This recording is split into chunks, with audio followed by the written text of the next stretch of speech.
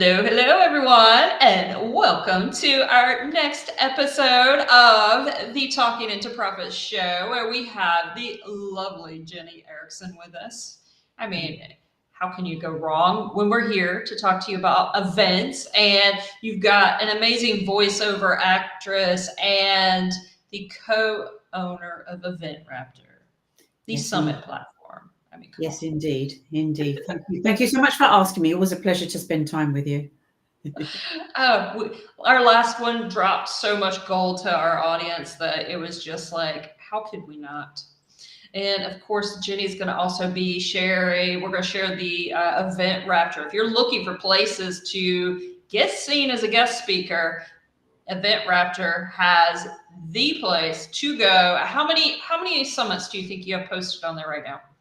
At the moment, it varies because the numbers change all the time. So we have a link to the summits on our platform, and that can go up to 40, down to 20. Obviously, we have summits that are there and then summits that are looking for speakers. So, for example, if they're looking for a speaker, they've got a little green button. You can click to apply if you think it's appropriate. So we say to people, check in all the time because the number changes as events come and go, then new ones are listed. But of course, in the Facebook group, those that are not on EventRaptor, there are plenty of people in the Facebook group also looking for speakers for podcasts, live streams, all the good stuff.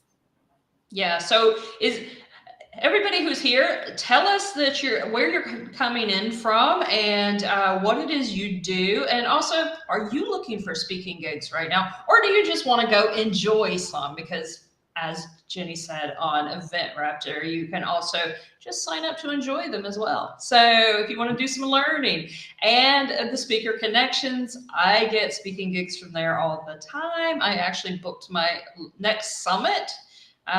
Vince is carrying the Elevate, and sorry, Vince, I forgot what the rest of it is. Summit that I'm going to be part of in November. I got to get the name right. I literally just got accepted. But so that's coming up. I booked podcast, you name it, through the platform, and you guys also host some amazing masterminds throughout the months too. So yeah, we do. So I'm talking them all up, but yeah, we're doing that because today we're talking about events and helping you create virtual events that leave your clients begging for more. I mean, literally, there is ways you can format events and put them together that just really makes them engaging and people want to be there. And of course, we've all been to events that about put you to sleep. So we don't want that to be any of you guys. Yeah, and we have Miss Beth from Virginia here. She's a career and mindset coach, author, podcast, and wannabe speaker. She says wannabe, but she does amazing. So, all right, Jennie, let's dive in and let's tell them some stuff about creating events. Creating events. Where do you want to start? Because there's lots of things we could start with. What I've got actually on my list, and I've got a list of 1,000 things I could talk about, is running an event is all about. So we talked earlier, just a few moments ago, about finding speaking opportunities. We always say to people, go to an event where you feel the speakers are aligned with what you want to learn, and speak at an event where you feel the audience are the people that will really benefit from what you have to say. But what I would also say to you is, when you're running an event, whether that's a summit or whatever it is, make people feel included. This is not death by summit and people are just going to, talk, as we Brits say, talk the hind leg off a donkey. I don't know whether you have that, but basically when people just talk and talk and talk and talk and talk, then the next person talks and talks. So make people feel included. Now, I know for some people, they think, oh my goodness, it's going to be interactive and I've got to do lots of things. But choose things where people can choose how much they want to be part. You are going to get people who are going to listen and listen and listen and take in, people that want to add something to the comments and want to be acknowledged. Ask people, check in when you're a speaker, check in with people, is that the same for you, or how might you feel about that? People love the opportunity to feel part of things. And also, as a speaker, there are so many things you learn from people. You think you've got your talk nailed down, and you'll see something in a chat and you think, I never thought of it like that. Wow, that was so wonderful. So if you're going to run an event, make people really feel a part of it, feel welcome, feel like their presence is valued. And it is valued in any event we run. We're so grateful that people have chosen to spend time with us, but also we've very much thought about the right speakers for the event in order that people right from the get-go are going to hear all the good stuff that they want to learn. Absolutely. And I 100% agree with you. And the big thing too is creating an event that does leave, like you said, clients, people wanting more, and that you can actually convert them into buyers, is including them. And I mean, we've all been to master classes and even summits, unfortunately, where it's just the person talk to you, at you. They're not. And that's one of my big success things, because I mean, I love the conversation. That's part of why I do this show. It's conversation style. I mean, we get around to make sure points happen, but we just have a good conversation. And I really feel that's the way a good event does too, is, I mean, we're already including our audience here right now.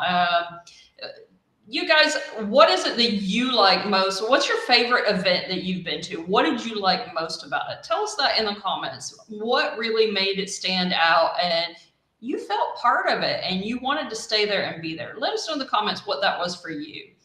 But I know that is for me, because yesterday I just got done doing a summit yesterday, and honestly, nothing, Jennie, don't take this wrong, but Elaine runs one of the best summits I have ever done. I mean, she is at the top of list for summits for me. And you guys run amazing summits as well. But Elaine has this talent for being able, well, it's the combination of what she does. So it's got the usual recorded videos that go with it as well for the trainings.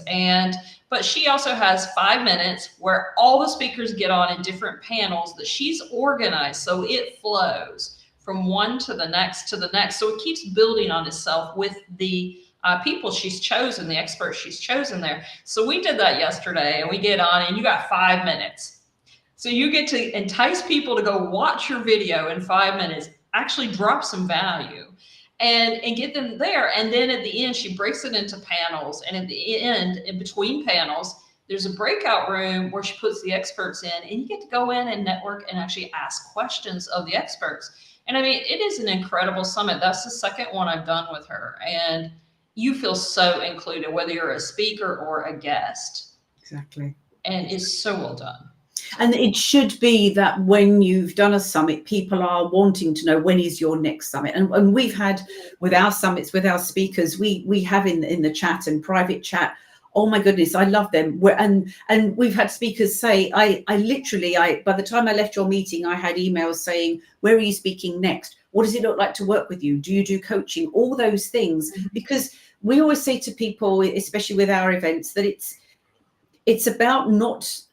We love people's journeys and stories. I mean, and storytelling is super, super important, because we have this perception of how we think people are. And then we hear their stories and we think, oh my goodness, and you take a step back.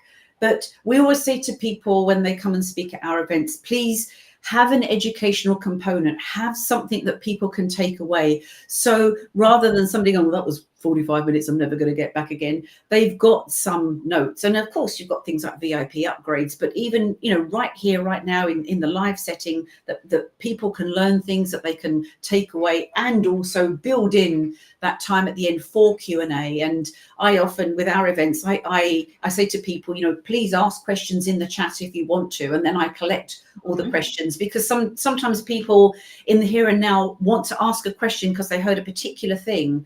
and then at the end it doesn't feel appropriate to ask. So by collating questions, and I can go, oh, you know, Stephanie mentioned a little bit ago that such and such when you talked about this and that. So that makes people really feel I didn't just come and take notes, that actually my question, my thoughts were actually incorporated into the event as well. Exactly. And that's what we're even doing. Guys, we're doing that here live today with you. So just notice that. I mean, we have Beth here. We have Stephanie from upstate New York. We've got Carolyn from Pennsylvania. We've got Lion. Is it Lion or Leon? Oh, Lion, our beloved Lion. Yeah, I was making sure because sometimes it's pronounced differently. But he says we're speaking his language now. So yeah, so if you love a good conversation, this is what we're doing. We've got David here. Elaine says she loves Elaine Torso, or Beth says she loves Elaine Torso summits as well. She attended one in the spring. And then David, I love the discussion question during the events that everyone has the opportunity to give their opinion on. Also, brag sessions, which is something we've seen a little bit newer coming out now too, where people get to talk about what they've done well, which we know a lot of us are a little bit about talking about what we do. So many different ways we can engage the audiences. And yes, I mean, I agree with you. Drop your questions always in the comments. And then I always make sure when I'm doing one to go through, I have intentional engagement questions, because I want people awake and paying attention. And I also make sure the answers are sometimes surprises for what I'm asking for, so they don't get too predictable. Exactly, and that's a good way for people to input as well, and also, you know, to be respectful of your audience. You know, we had a masterclass yesterday, and David was saying throughout the, you know, there's no wrong answer. I would just love your thoughts on this. And I think when people overthink what they think should be the answer, but when you say to people, just go for it and put things in, and you acknowledge the fact that, you know, even if somebody does put in an answer that might not feel congruent with what you're talking about, the fact that somebody has taken the time to type in something, to acknowledge them, you know, that's lovely, Fiona, right. Good point, or whatever. It's all about, as we Brits say again, I'll come out with all my Britishisms today, bums on seats are about making people feel included. They are giving you their precious time. They are factoring in staying with you. So we owe it to people to bring something that's wonderful, where, you know, that inclusion is just all important. I agree, and I do. And, you know, you mentioned the stories a minute ago and making sure that value is included. And stories give value for sure, and they let you get to know and let the audience see themselves and stuff. But I saw a live event last week. It was a Facebook Live, and I was just watching it and everything. And while don't get me wrong, I love a good story. She was very inspirational, but at the end, there was no actual value beyond the story.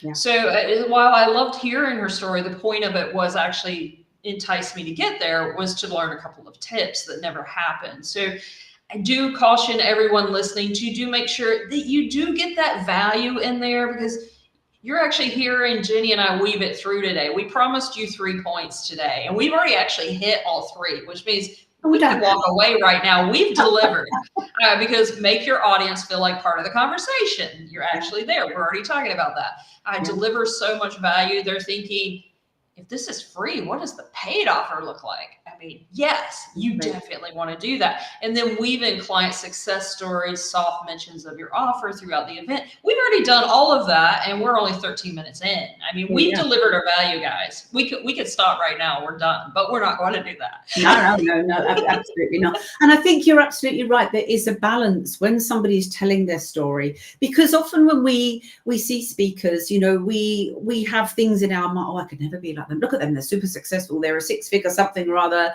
And then when we hear their stories, it inspires us, because we realize that they have overcome challenges, and we all have challenges. We think, oh, how could I ever go and speak on a stage? How could I ever be that? Oh, it's all right for them. But often when people tell a story, you think, oh, wow. But then, you know, somebody who is a seasoned speaker will be able to bring the story and tie it into the here and now and how it got to them to that point, helping people understand that this is in fact a journey. And, when we think of speaking, you'll get people go, I could never speak at an event, 45 minutes, I can't do that. But, speaking is about, it starts with 30 seconds at a networking meeting. That's speaking. That's speaking. So if it helps you get out there and think about how to create your message, and I always think of it in terms of Lego, the little Lego bricks. You've got the little tiny ones are networking, and then somebody says, oh, networking, we always have a 10-minute section. Heidi, would you do it this week? And you think, oh, okay, 10 minutes. Then what does a bit longer look like? What does it look like to have the ebb and flow of a live stream like us or a podcast? Speaking is not just you talking at people for a designated amounts of time. It is the back and the forth too. So yeah, I agree. I totally agree. Let us know. You're in the audience. Have you done a speaking gig yet, or have you not? Let's just see where we're at. Let's see who's here and what we're doing. And do you want to if you haven't? Ooh, that's a good one. Because some people, I do get people who are absolutely scared out of their minds on public speaking. Used to be me. I literally, whenever I thought about going public speaking at all, even on camera, in person, I have not done in person again yet. That's next on my list. But I would literally sound like someone had put both hands on my throat and was just prying down till I was like this. And then shaking so bad. So we all start somewhere. And tell us what your first speaking experience was like when you actually got on a stage. Oh gosh. Oh, you're going back a bit. I'm a person of advancing years. That's I tell you, I'll change it around a little bit, which was quite interesting. I'll tell you my most vulnerable one, and I can't remember whether I told you this before. A quick backstory, talking about stories. This is lovely to turn up like this, and I'm adoring spending time with you as always. And I often get from people, it's all right for you, Jennie Eriksen, you're an extrovert. Introvert. It's all right for you, Jennie Eriksen, you're super camera confident or whatever. Wasn't always. I had a neurological problem, so I lost the use of half of my face. One half did one thing, one half did the other. And as a voiceover, when you sit in a small dark room talking to yourself, that's perfect, because you can pull all the faces and nobody sees you. But coming on camera, that's not that's not something I ever thought that I would do. And in actual fact, having tall members of my family, my kids and my husband tall, you'd see half of me, just the half that worked in photographs for 10 years. And I had brain surgery. That was the way that I had the opportunity to kind of put things right and to live some kind of, life, if you like, with a normal presenting face. And we did talk about it the other day. Yeah, one of the things we have at meetings, people go, oh, we're going to just take a group picture, smile. And, you can forget how to smile, because once I'd had the surgery, and I'm going quickly through the story, I'd lost the ability to smile naturally, because smiling for me to try and do it meant me having to do something with my hands and whatever in order to look somewhat normal. And so I had the opportunity to speak about that, and it was like, I don't know how that is. I don't know how I will be. And if I recall it, how might that go? So it was a lovely opportunity to do that. It wasn't a huge audience, but it was just lovely that I had the opportunity to share the story, and it inspired people to take their own steps. And I never want to say, when people go, I'm too scared to be on camera because I don't know, I've got, my backdrop's not good. I don't want to say, well, I had brain surgery and I did it. But what I'm saying to people is, there are ways and ways, and if somebody says inspires you, then that's great. And for me, that was a scary moment, putting the feelers out, talking about that. How I then incorporate that into business, I don't know. It wasn't that kind of event, but I'd love to be able to figure out how I could do that. But it was definitely knee knocking. So the fact that it was virtual was good, because probably if I'd been standing up, I would have been like, but and it went very well. So that's the current one. It is. And you also, because when we were talking about this and you shared this with me the other day, I want to share this with everybody, and then we'll get to some of the comments real quick where everybody's answered us. But but Jennie reminded something that a lot of us take for granted, and I'm guilty of this one, and I'm going to change it now. But when she reminded me of that, and the not being able to smile, and that most of us take for granted that that's everyone can do it. It was all of a sudden the light bulb. I mean, she looked at me because I stopped, and I was like, the light bulb went off. It's like, oh no! In my events, I'm like, when we go to do a screenshot, I'm like, everybody smile, because I want everybody to look nice, of course. And but I wasn't thinking that maybe not everyone can do that. So now Jennie has recommended I say strike the pose. And I'm going to go for that one because, hey, then we're being inclusive, which is definitely what we want to do. But that had never crossed my mind. So I got that from talking to someone, and I'm sharing it with you guys because in case you're hosting your own events, to think about things like that, because honestly, that never went through my head. It's just one of those things. It's also like when we have events and we want people to be on camera because we love to be able to see people and interact with people. But for some people, especially if they're attending an event, it might be their first time and they're listening in, or it might be that they're in a situation where they can listen but they can't really participate because I don't know wherever they may be. But it's about extending grace to people, because often I'll see things in the comments at meetings and I'll look and that person's not on camera, but you can pretty much tell they're engaged because they've literally commented in real time about something that somebody has said as a speaker, and they've commented, yes, that was for me, or how do you, and you think they are very much engaged. And you might see that throughout the 3 days of an event, but it just might not be that. For some people also with technology, that it means that it compromises being able to listen, because with internet connectivity, if some people do the camera and the everything at the same time, it doesn't work. Does that make sense? Yeah, and it's so important. And yeah, I agree. I mean, I really do, of course, encourage cameras on because you're there, you've committed the time. It's also respectful to the speaker. But yes, only if you can. So I've seen people driving with cameras on, and I think I'd kind of prefer they're off. But yep. It makes me uncomfortable. We had a lady that came to an event, and she was driving her car, and she had her 2-year-old grandson in the back, and he was kind of throwing raisins all over the place. It's kind of like, do pull up and park your car, and it's all good. The idea of I don't mind you listening while you're driving, but I don't want to see you doing it. Turn off your cameras in that case, guys. All right, so we have got, let's see, Beth. She has not spoken formally since her Toastmaster days in corporate, done lots of podcasts, my own and others. She has also been doing 30 days of Facebook Lives this month and doing incredibly well because I've caught several of them. And she says, I feel like I did a lot of speaking in front of big rooms when I worked in the professional world. You probably did, Beth. I mean, corporate world, yeah. Carolyn, she says she's done presentations and podcasts. Daniel Anderson, he says, I have not gotten on a stage, but I still remember in grade school having to read a report in front of the class. At the end, I almost completely lost my voice. Terrified me for years. I have a similar story. 7th grade class jock picked on me, and that's what created my public speaking fear. So I feel you on that one, Daniel. Let's see, Stephanie. I'm not sure if it's considered public speaking, but I teach public and online yoga, wellness classes. I've also spoke at other work events. Definitely public speaking. Come on. Absolutely. You can get up and teach a class. Yoga class to anybody. I think you can do anything personally.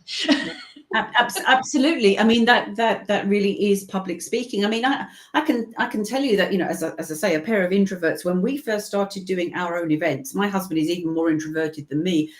When we introduced people, he even forgot to tell people who he was, and he'd say, our next speaker is this particular person, and welcome them to the stage. And he tells the story himself. And he says, you realize I'm not even telling people who I am. And people going, who is this guy that's just coming on? So yes, I mean, there is an art to teaching and to giving instruction that people understand. And there are lots of people, they have a particular teacher that they resonate with, and then the class changes or the teacher changes, and people don't feel so inspired because the way somebody taught was just, it just spoke the language that people could, hear and understand and learn from.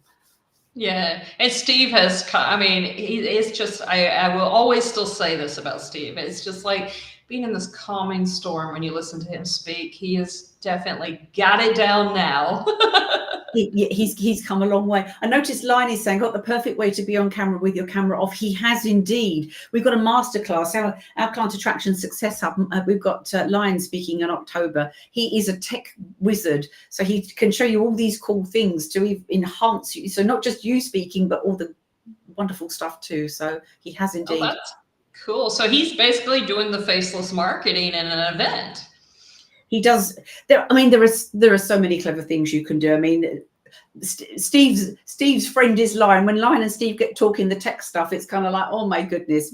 So Lion's always sharing all the latest things he's doing. So yes, I'll extend an invitation to you to that one. It's good fun when Lion's around.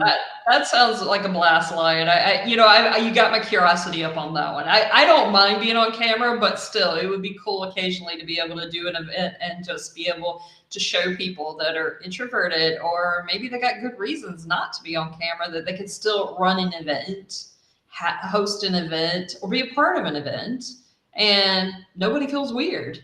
So yeah. I love that. Let's see. Beth says, I'm fully aware of not smiling. It's something I have actively and consciously worked on for years. Sometimes I pretend I'm on Broadway and need to be a little over expressive. That helps me. Feels odd, but it works. Yeah, a lot of things. Yeah, right.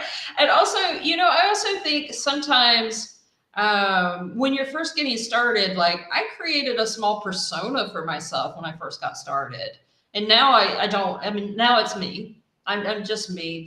You see me on the street, this is still going to be me. But but at the beginning, because I was overcoming that fear and that people were going to laugh at me again and all of this kind of stuff. So I kind of created a badass version of myself, and I would show up as her for a while. So I think that for me, we look at people or we think, oh, I'm going to model that person or be like that. But the best person to be is you. Because especially people think, oh, when you have a virtual event and everything, you can't see people the same as in person. Oh, you jolly well can if you're paying enough attention. And you will see, if you look, the incongruency when somebody's trying to be something they're not, when they're trying to be an animated person, but they're not really an animated person. There's room for all of us. And as you mentioned, my husband has a much quieter, gentler voice, and you kind of have to lean in more.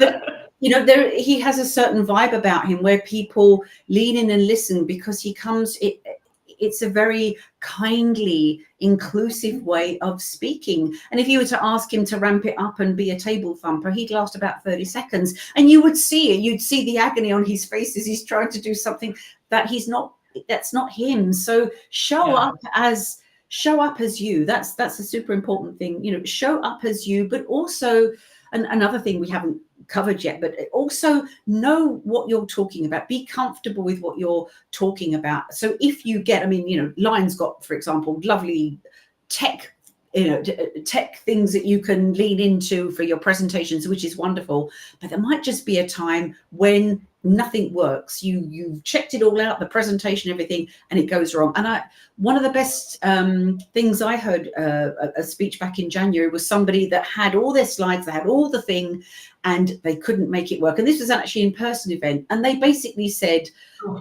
just blow it. Anyway, it was a little bit more than that. They just said, oh, blow, I'm just going to do it. And so they parked their presentation and they stood on stage and they talked about what they were going to talk about. And it was a competition.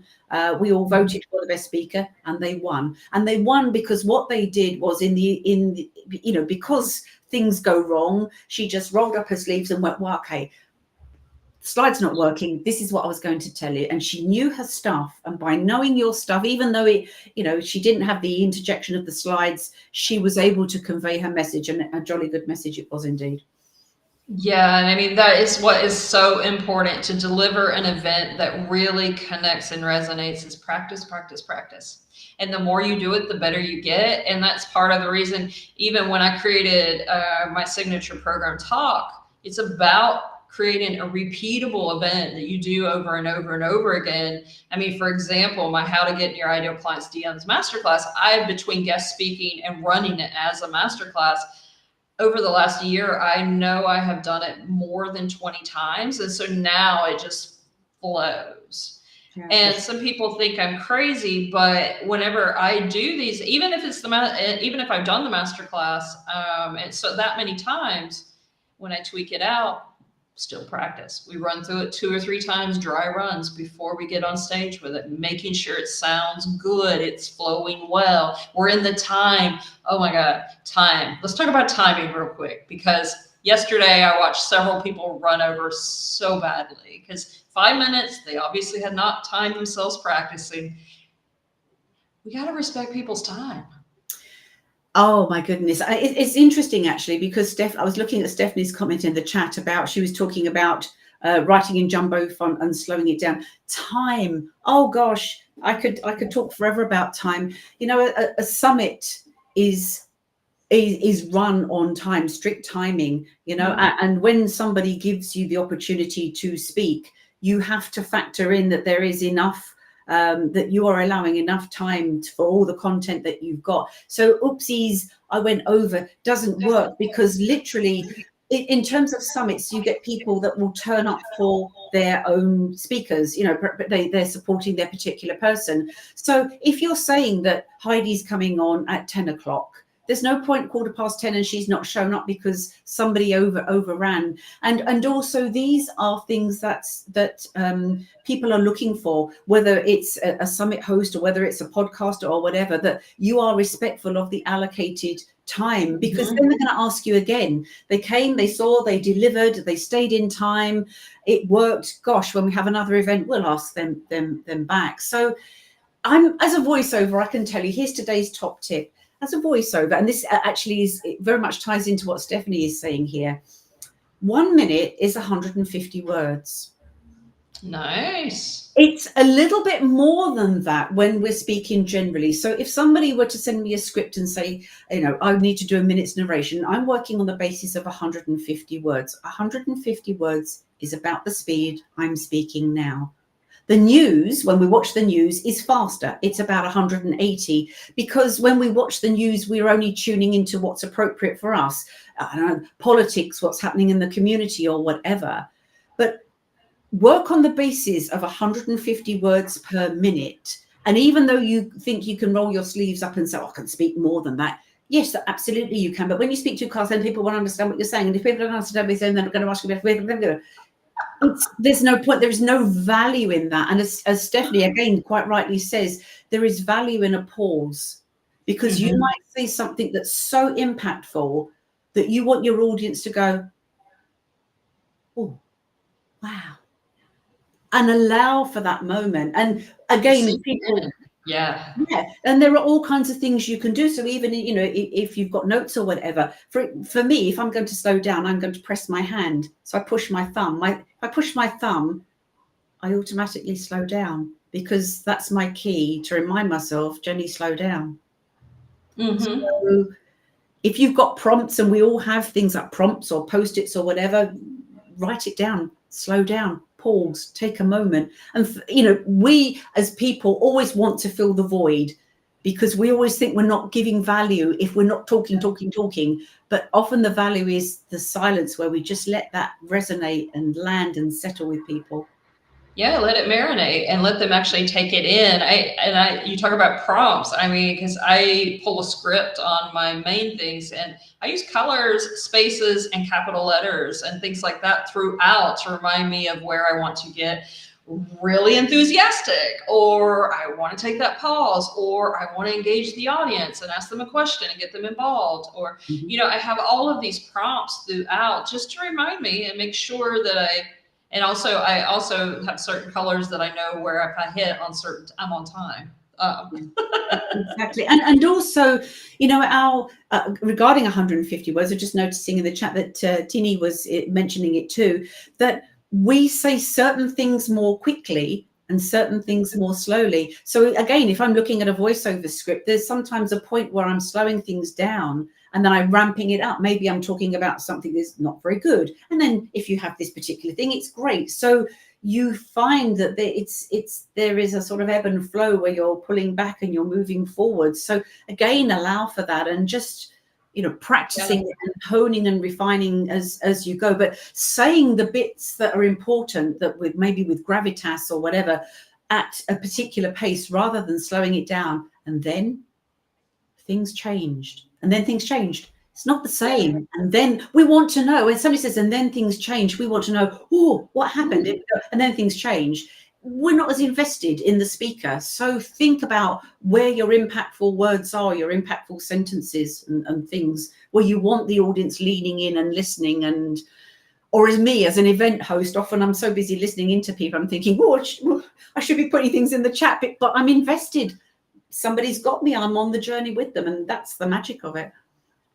It really is. And also, just being able to get people involved and connected. And that's what that up and down and all around and pauses and the whole works. I mean, Teeny, she says, avoid the void. I see how silence, pausing, creating space can be uncomfortable, but so powerful. It truly is. And it also gives you a moment. Let's think about you as a host. I mean, you're going to get run out of breath. Maybe you need to swallow, whatever it is. It gives you a moment to reset as well and keep your composure and your confidence while you're allowing them to marinate on it, and draws them in the story more.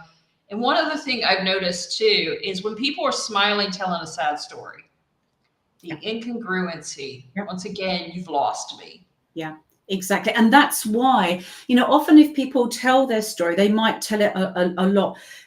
Check in with yourself, because sometimes if we say something over and over and over again, it loses its impact. So have to think about that too, because what you're saying is impactful. And again, that leads into if you leave a pause, because often if you're leaving a pause, you see the chat, you'll see people say so powerful, or wow, my gosh, inspiring. So you're allowing people to do that, but just be careful that what is something that maybe you speak a lot about. Often it's the first time somebody else is hearing it, and they think, well, that's a bit flippant. You're talking about your house burning down and you were homeless and everything, and there you are. So think about that each time you're speaking to somebody, there are new people there, and think about how that story goes, and remind yourself that the importance of what you're saying. Yeah, I agree. I watched. I was I did Lisa Nichols' 5-day challenge last week, and they were talking about being able to make sure you connected in with the feeling, the emotion you felt when you experienced the thing. And they even recommended, which I thought was a really cool tip, was if you can have a memento or something to remind you of that time. And one of the girls, oh my God, I was so teared up when she told the story of her at 9 years old, when her dad and her older sister had a falling out, and her sister disappeared from her life until she was like in her mid-20s. And most people know that I am separated from my family. So of course that hit, but how she told it was so powerful, because she was doing the example because she's one of Lisa Nichols' students. But she got done and everybody's like, how were you able to tap into that? Because we've heard you tell that story before. And one person had heard it before. And she said, you were so much more powerful this time. What changed? And she pulled up the picture of her and her sister when she was probably about that same age. And she was looking at that. And that way allowed her to connect into that loss of losing her sister. Exactly. And so it was like, whoa, now that's a powerful tip, that we can all use. Yeah, it's interesting, as I mentioned to you the other day when we were having a chat, when I did this talk, and I mentioned that, with the losing half of the use of my face, all the things that you take for granted I couldn't do without my face, going bananas, like kissing, eating, smiling, drinking out of a straw. And I did the talk, and then it was the next person, and I was on camera, and I had a straw in my drink, and I was busy drinking, and somebody put in chat, Jennie, you're drinking in front of us out of a straw. So she'd obviously listened, and it was just like it meant the world. It was just lovely. Yeah, and so yeah, every time I drink out of a straw, I actually think of that. It's very much anchored into doing that presentation. I thought, oh, is what I'm going to be talking about interesting enough? But it inspired people not to take some of the things that we do take for granted for granted. Oh, and it's so powerful. And then I just saw Beth's comment down there. It just made me kind of, she says, sometimes the universe causes me to swallow my own spit and choke on it. So I will slow down.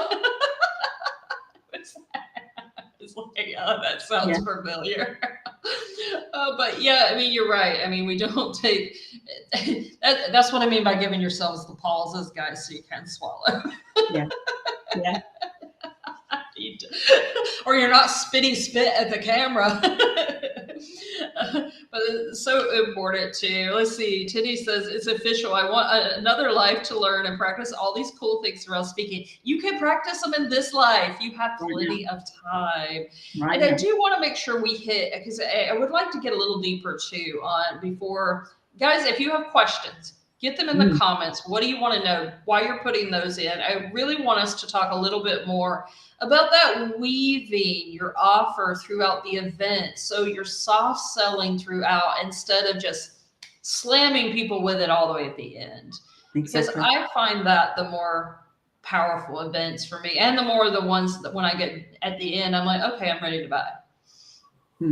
Exactly. It's about the what, why, but not the how. So when you're talking and also demonstrating how you use things in your own business, people go, oh, here comes the sales bit. You should be crafting your talk so people don't feel, oh, there is a shift. Here comes this, they're going to do the table thumping bit. Because if you're demonstrating the what and the why, but not the how, because basically you are the secret sauce. It's a bit like I talk about food all the time, forgive me, but and I'm probably used this analogy before. We do love food. If you and I have the same ingredients, but one of us has the recipe, say I've got the recipe and we're going to make a particular thing. Now the chances are I'm probably going to be more likely to succeed because I have a formula, I have a structure. Now I might know that the eggs go in first and you have to beat them, and you might put the flour in first, and you might have your oven set at a different time. So the how is how people then work with you, but you're showing people, demonstrating how things work in your own business, what people can be open to and what they could do, but you are the how at the end. So that conversation, if people book in to talk with you, it's not you selling them something, but it's a conversation. And I think when people don't feel that it's 45 minutes of just being sold to the whole time, there is that natural, I will book a call and I will explore this, rather than, oh my goodness, I need to lie down now. Yeah, and no, I agree with you. And also sharing just the stories, not only that you've gotten, you definitely want to connect them back to you, showing that why you know how to get them out of this place that they're having trouble with, whatever that is, and get them the desired outcome. But also you can, your client stories. Don't forget to share those. I mean, I recommend a case study format, what the problem was, how you got there, and then of course the outcome they received. And if you weave that in, you're just storytelling at this point, which is still soft selling. And a lot of people, they just want to go, okay, buy my stuff. And don't get me wrong, the way my brain works, I've really had to work on selling and being the weaving it in and talking to you, because I am that person that just, okay, here it is, buy it if you want it. That's really my brain, how that works. So, But Steve does a talk that from time to time, showing how to monetize a virtual event and showing visibility. And we very much, if you like, use ourselves as a case study. And one point was the fact that, he was very ill at one point, that was life-changing. We're demonstrating the whole way how our business was doing this and how our business did this, and demonstrating how, breaking down of different things. But then at the end, we can then work with people to show how that can work for them. So we're showing our own story, and with a degree of vulnerability, because often people do feel that they've tried something, or they failed, or they've bought a course, it didn't work. whatever. Why are you any different? So that's a very successful talk that people really resonate with, because it's getting raw and real and showing the pitfalls as well, and showing that we walk our talk, so to speak. Well, I think that's what's important. And I do think a lot of people present stories. I used to be guilty of this. We talk what the problem was, and then we give the end result. We forget the middle. And yet the middle is what really connects. That's where you had the struggle. Maybe you had to do it 20 times before you got it right. Or, you lost everything before you got it right and figured it out. And people want to know that, because that's where you're relatable. Yeah. And that's the big thing of, that's where people connect, because honestly, people connect to the failures. Guys, so yeah. include them. Yeah, exactly. And there is, it's a normal presentation. There's no, big analogies and things. It's quite raw and real. And I think people relate to that. We often see people say, oh, I see you everywhere, you're so successful. But when they realize that there is a journey behind it, and you've done an awful lot of the work, and you've found the pitfalls so that other people don't have to. We've had people that have come to us, and they've done, or they've bought a $20,000, $30,000, $40,000 course. They've done the 3 days, they whooped it up, and everybody tra-la-la, and in the cold light of day, they have something in its digital wrapping paper that they will never be able to use, because they did the thing and they got invested in the event, but they're left with something that's unusable. So yeah, and that's where you do not want your people, everyone. You want them leaving feeling empowered, inspired, ready to take action. And even if they don't buy, that they walk away with something that they can use, because not everyone is ready to buy. I mean, only 3 to 5% of people, when they show up to your events, are ready to buy immediately. Everybody else, I call it growing my chicks. Stephanie mentioned I buy my chicken, is one of my sayings, about, because it's about, would you walk up to a person on the street and just say, buy my chicken, about using cold pitches and things like that. We just don't do that. And that's in these stories. We got to remember in our events, even, that 97 and 95% of our audience, they're not ready yet. They don't know us yet. So we want to give them that win, that they walk away and they apply it and they're like, wow, that was cool. Now I want more. Exactly. And so then they come back. Exactly. And that's also part of building a trusted community. So we have free resources in our community. We've had people that have never spent a bean with us, but they've come to free masterclasses and events, and they're jolly welcome, right through to people that work one-on-one with us, and they're jolly welcome too. But it's amazing how many people that will be in your community, and then suddenly they've bought something because they've been, there are people that will, try you out and see if you're, how you're speaking, at the beginning of the year is how you speak at the end of the year.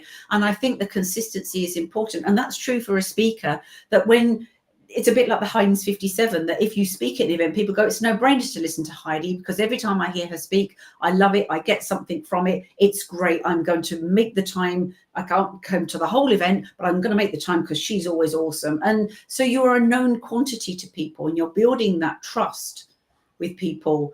And we don't always know people's circumstances. We know some people, if they can't buy something, it doesn't mean it's no forever. It means it's a no, not right now. But yeah. And so many people have circled back to us and go, do you remember you talked about that 6 months ago? And I would like to do that now, because they've been with you, because nobody's gone, well, that's it, you've not bought our stuff, you're dead to me. It doesn't work like that. Yeah, you built, that's the thing with events, and I think a lot of people forget, is that of course we're there to sell something. We hosted the event because we are there to sell something. If we're talking about like a masterclass, a challenge, something like that. I mean, these events here, the only thing I expect from them is a great conversation that brings you value. And if you sign up for my lead magnet, great. That's where I'm at. And that's it. That's the only things I'm looking for from these events. If it makes you want to work with me, great. But I do know when you're doing master classes and stuff, obviously you're wanting to sell. That's why you did it. But you also have to remember, every event you do is you're building a relationship. And that, like you said, Jenny, it's just no, not right now. I mean, I've had people that literally, I mentioned my masterclass, how to get your ideal client DM, and I've got certain people, I think one or two of them is in the audience here today, that has been to every single run of it. And they haven't bought with from me, but like you said, and in this event doesn't change a lot each time, but they know I'm going to drop value, and they learn something different each time they come back. So people will come back. They keep coming back. That's right. It's kind of funny. I'm going to pop this in real quick, let you talk too. But Lisa Nichols last week, I got to say, she had me beat on anybody I know. She did this one masterclass with this one coach 42 times before she bought. Just putting that out there, guys. Even the pros do it. Yeah. So. Yeah, exactly. You know, if somebody feels we're not for everyone, you know, we can't please all people. There will be people that hear us speak or whatever think, oh, you're not for me. Now, we come from a gentler, quieter, more heart-centered, nurturing place. That's not for everybody, and that's okay. But, you know, sometimes, as you were quite rightly saying, that people might do something that you maybe repeat a few times and you're thinking, gosh, you know, but the things that they're getting from that. And if the one thing they take away is confidence to actually show up for a lot of people, you know, even showing up to an event, you know, takes a degree of confidence. Or, you know, what if they suddenly throw it open to the audience and I'm asked a question or whatever? We have to celebrate the momentum and the small stuff. And the fact that somebody comes along means that they're enjoying your vibe, they're enjoying your content, they're enjoying your community, and that's lovely. And we have people say to us, you know, I just like being in your community, and I don't say an awful lot, but I'm listening in and I just love being part of it. You're jolly welcome. You know, we don't expect you to talk all the time, but if you're just leaning in and listening and you're feeling a sense of belonging, then, you know, chef's kiss, that's great. Well, and I look at it too, pretty much those people that come back repeatedly, I can just about guarantee they're going to be in the audience talking, which encourages other people to talk, because a lot of people don't like to go first, or they'll say something. So it's really cool that even if they've still added value to me for sure at that point, and I'm hopefully adding value. I was going to say adding value, or they wouldn't keep coming back. So it's a reframe, I think, for a lot of things. It's just being grateful that people are showing up, because while I will do an event to an empty room, there is nothing better than having people in the audience. And that, for me, I mean, all of you guys here today, and I know Jenny feels the same, we're grateful when you show up and you communicate and we know you're there, because we're not speaking to an empty room.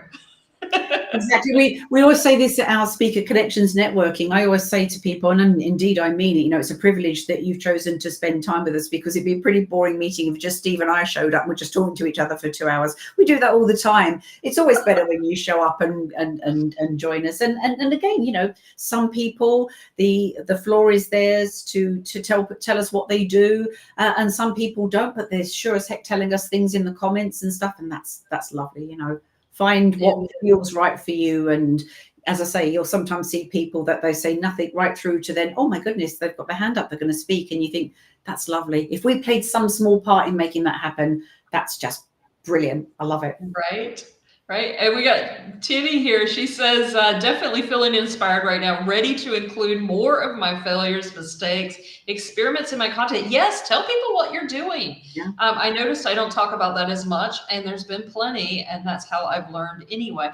Exactly. And I think it's really important to share, because the failures are not fails, they're learning. That's the only way we learn. We don't learn because we get it perfect out the gate. And we've gotten this, society has created this thing that failure's bad. Failure's not bad. It means you tried. You put yourself out there. And it's also interesting, you know, networking is my jam. I love networking. Anything you can add to a talk, whether you're 60 seconds or whatever it may be, people are curious. You know, if your opening sentence is, well, I'm not going to say the rude word, but I messed up. So if I say I messed up, as people, we automatically want to know why. What did you do? How did it happen? What was it? And it can be your story of, I did this $20,000 course. Everybody told me it was brilliant. nobody showed up, nobody bought it, whatever. And so it's part of a story. But those lines that, you know, they can be provocative. I can't even say it. Provocative, or have a double entendre, or be playful, or whatever. You know, be you and own that. And then people, especially if, you know, in terms of networking meetings, people are not, it's not going to be snooze fest, because people are going to go, oh, what's Heidi going to say this week? Because every week she says something a little bit different. You never know what she's going to say. And so people lean in and listen, because you're breaking the mold, so to speak. You're not being deliberately contentious, but, you know, you've got some playful elements, or something, or something that you referred to, or I don't know, part of your presentation you said, and then next, whatever. Find something that you feels work for you. People go, yeah, this is always great when they talk. So yeah, find your thing. I mean, it is. And I mean, if everyone's heard me mention, I do script my master classes, but I put it, depending on my mood, how they're reacting, there's little different nuances to the stories that come in, or little, you know, quips that because if I see them responding to certain areas, I switch it up. So each one of them is slightly different. You never know exactly what you're going to get. I never know exactly what they're going to get, because I'm responding to the audience as well. And Jennie, this goes back to what you said earlier. People say you cannot do this virtually. You can only do this in person. I 100% disagree. And I know that's where you are too, because I've even done it through writing and content that connects deeply and makes people feel emotionally. To me, getting virtually on a stage is the next best thing to being in person. The opportunity and the privilege we have to press a button and show up and connect with people all over the world. You know, if you think about what people talk about, you know, maybe they're a coach, you know, for women's empowerment or whatever. You know, this is not just your country that suffers this. There are women all over the world. There are people all over. And so the idea that you can do something and include people is, and in the very early days when, you know, we had our global interrupt and we first started Speaker Connections, and we had people going, oh my goodness, I'm in one country and I've just met somebody in another country and I'm going to be in their podcast. It goes out to 64 different countries. I never even thought of that. And to know that you can be part of something globally, and that somebody on the other side of the world can take a top tip from you or something from you and run with it and learn from it. That's amazing. I give myself goosebumps every time I say that, because it just blows my mind. I love it. Oh, I know. And I mean, I've built 100% location independent lifestyle and business. And I work with literally clients around the world. We have in the audience right now, all of us. I mean, and Jennie and I are in different countries. I mean, and we're bringing this to you like we're here together. Right. And yet, I mean, the only together we are is in Europe. Here we are. One day we will be in the same room. we're working on that one next. So yeah, the next one we do, we'll have to be in the same room together. And but it's quite funny, actually, just to give you a little quick story, that normally when Steve and I do our Speaker Connections and our events, we're in different rooms. Yeah. And we had the opportunity to travel last year, and we did our networking event, and we were both on the same laptop. Didn't work. Both wanted to press the buttons. So it literally was us just shuffling for the whole 2 hours, and you could kind of see elbows doing this. So it's quite interesting. So stick to your own laptop, I would say. But the next time we'll be smarter. One of us will go down the road to the internet cafe or something. But that was kind of like both of us crammed into one little window in front of a laptop. Well, David and I have had to learn to be in two different places for that very reason. So, because, you know, we're husband-wife team as well. So exactly. I get it. All right. Last chance for you guys. If you have any questions, comments you want to get in, we're wrapping it up now. So pop them in the comments real quick. And Jennie, what is one thing you want to leave everyone with today? The last golden nugget that they need? Oh gosh, just start. Just take an opportunity wherever you can and start with something that feels comfortable and doable to you, and think about what it is you most like. So for example, you know, we're both husband and wife teams. My husband likes to speak. You know, you've got 45 minutes, Steve, you know, 15 minutes Q&A, talk about your thing. Great for Steve. Ask him to be interviewed. Doesn't like it very much because somebody might throw him a curveball, and he's somebody. It's a Scandinavian thing that thinks out loud. So the Scandinavians often go, so you'll hear my husband go, doesn't like it. Jen, not so much. Doesn't really like the 45-minute things. Loves this. So play to your strengths. And coming back to what I was saying before, think of this as being like Lego. Think about the opportunities and what you're comfortable with. You know, if somebody says, do a Facebook Live and you've never done one, then do something else with your phone on your camera, you know, video yourself and go, no, no, oh, no, no, no. And then think, oh, that's not a bad 30 seconds. It wasn't live, but it was a great 30 seconds. So celebrate the small stuff and go from there and build from there. And it's okay to be where you are. There's no point going, I'm ready for 45 minutes and you dry up on the spot. And I can't remember who said it earlier, but said at school, that was it, traumatized me forever. Don't go out and traumatize yourself. But build and be known for what you do. And so people know, oh, I just, you know, see you do a 10 minutes here. Would you come and do a 10-minute segment? And people get to know you and be comfortable and you know, just embrace what may be for you, but what might not be for you. And it's okay for it not to be for you, because your zone of genius is some other way of speaking or communicating, whether that's live, virtual, whatever it may be. Play to your strengths. I cannot agree with all of that more. Just get started. And I want to add a little bit to that before we let everybody go, is also don't compare yourself to the people that are ahead of you. We all started somewhere. We've all got other levels to reach. I mean, just last week just showed me where I can go speaking. And I already felt like I was a pretty good speaker.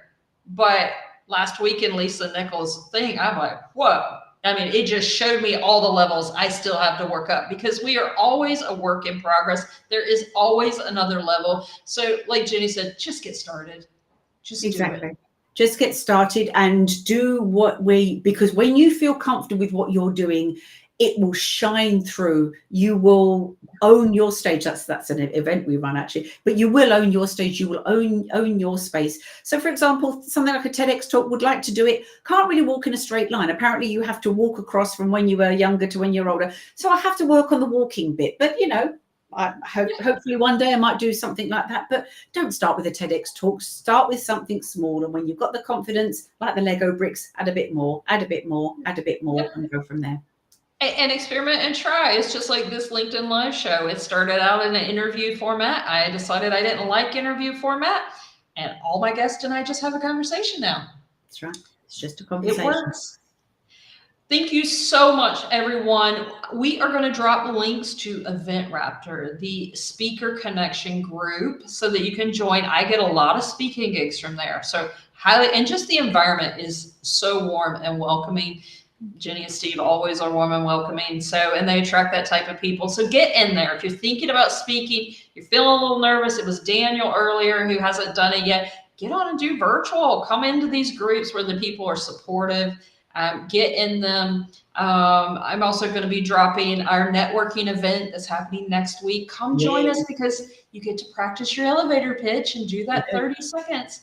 You get 3 minutes total to actually talk to people in a small room, so it's not overwhelming. And start somewhere, but just start somewhere. And thank you so much. We're so grateful for you today. Jennie, thank you so much for joining me. As usual, a lot of gold.